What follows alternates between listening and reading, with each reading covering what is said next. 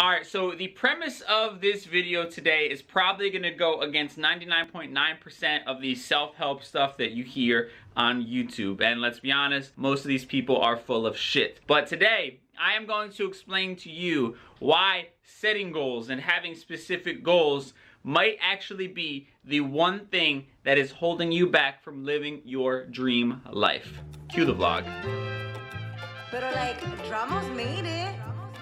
My name is Dramos, and I'm probably best known as the dude that sits next to DJ Envy on The Breakfast Club.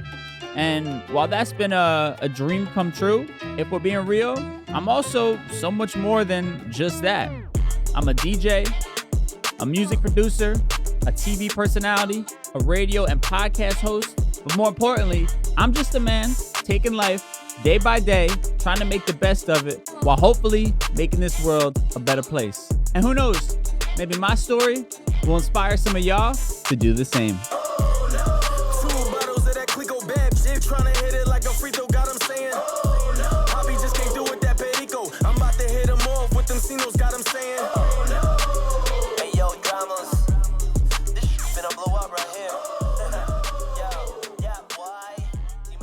Okay, so here's the problem with goals, and I would first and foremost like to say, I don't actually think writing down goals and having goals is necessarily a bad thing. I mean, if you were to open my notebook, you would see my 3-month goals, my 6-month goals, my 1-year goals, and my 5-year goals. But the problem with goals is, and setting goals is, that a lot of people get tunnel vision towards one very specific goal. You're just locked in. You can't look left, you can't look right, can't see anything around you. All you can see is this potential goal that may or may not be at the end of this tunnel. And what happens with that is you end up missing your blessings or potential opportunities that come along the way because you're so fixated on this one very specific thing. On the flip side of that, let's say you do achieve that goal. It's very easy to then just become incredibly comfortable. Let's think about some of our favorite artists out there, you know, that were incredible first couple albums, but somewhere along the line kind of fell off. They lost that hunger. It's because they've already achieved the goals that they've set out for themselves, right? Like, they got out the hood, they made some money, they bought mom a house, they got some cars, right? Those were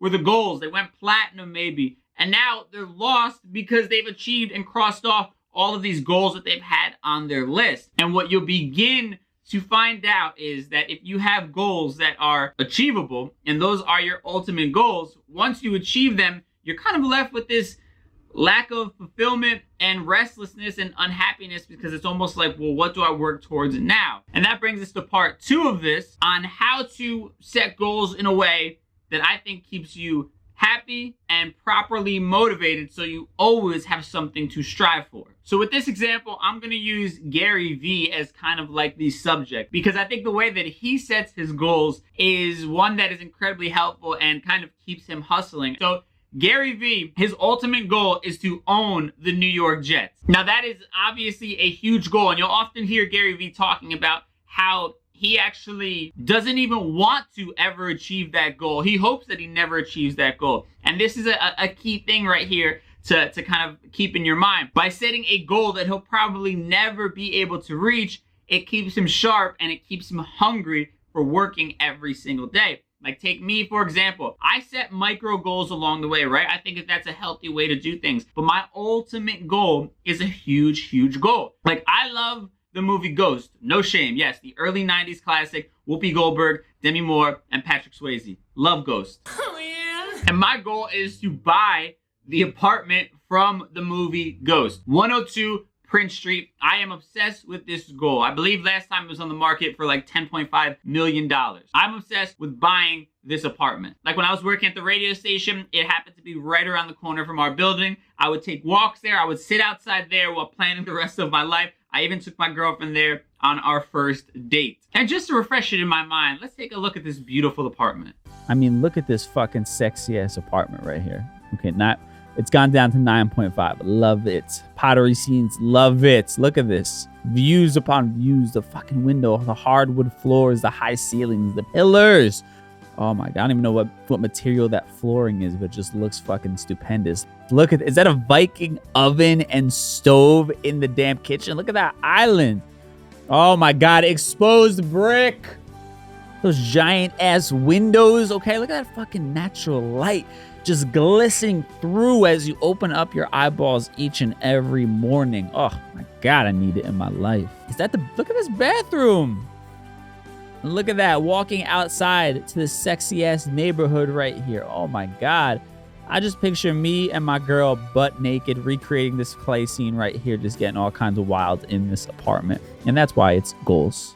That is a crazy, crazy goal, but that is my giant goal that I have set out for myself that will keep me hungry and keep me working. I make sure that I have a goal big enough that gives me a reason to hustle and bust my ass and stay disciplined each and every day. And quick side note, obviously the idea is to help people with each and everything that I do. Every single project, every piece of content is made to help my community. So of course that's the ultimate goal, but it's important to kind of have these finite things that you can touch and you can feel, you can see, you can smell. Of course, it's not about money. It's more so the motivation to keep on pushing, to be smart with your finances, and to keep on working. Now back to what we're actually talking about. Okay, so now we've covered the problem with setting goals, as well as how you should properly set goals, the healthy way to set goals. Now, let's talk about the last thing, how you can correct that. All right, I'm not gonna lie to y'all. One of my greatest, most prized possessions has to be my books, my book collection.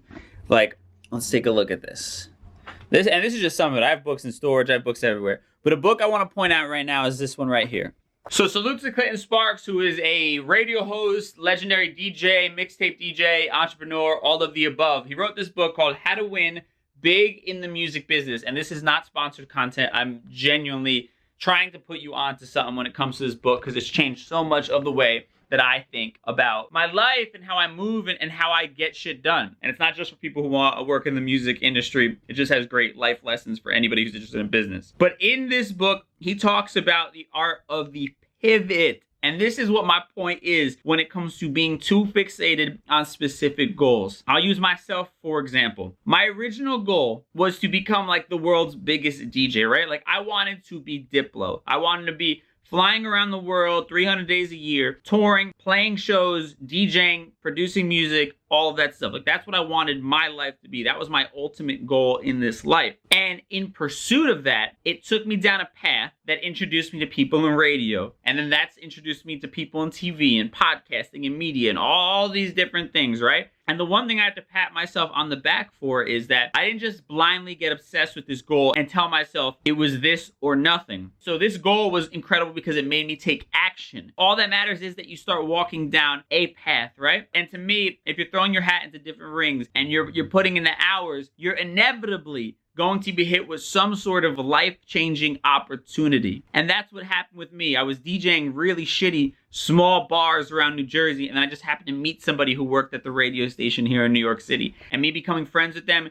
got me a job there a couple years later, got me on the radio, got me working for The Breakfast Club, got my own podcast, and got me to where I am today. But I didn't obsess with I just want to be Diplo, so I'm not going to take this opportunity you're giving me in radio or at The Breakfast Club. I just want to be a DJ producer. Forget all this stuff. No, I said, oh shit, here's an opportunity I wasn't planning on, but this looks incredible. Let me try this out. And that's my point when it comes to all this. Oftentimes we become too obsessed with this one specific goal and we miss out on all the fucking blessings and opportunities that are literally sitting there at our fingertips because we've taken action. And actually, I want to read a quick quote that I've highlighted from Clinton's book. And the quote is, "Adjust and be flexible with your plan when met with an opportunity. When you do this, the train never stops. It simply changes routes." That's exactly what it is. Listen, there's a lot of you out there who want to be rappers but cannot rap for shit. And listen, I love that you are going out there and trying something and really going for it. But if you're open and honest with yourself while you're on that path to making a career in rap, music, and whatever the fuck it is you're chasing after, you're probably going to be met with some other opportunity that would fit you a lot better. And the smart ones will take that opportunity and explore it and be unafraid to basically tell their original goal to fuck off because they're being met with this incredible opportunity that feels right. And that's what my point is. There's a lot of people out there who are incredible, networking people, incredible at meeting people and staying in contact and making friends with people and making connections, but they just don't have the talent musically to make it as a musician. But they would be excellent managers or in some sort of role behind the scenes because they're great at connecting people. And that's what my point is. Understand the art of the pivot, and there's nothing wrong with adjusting and recalibrating because like he said,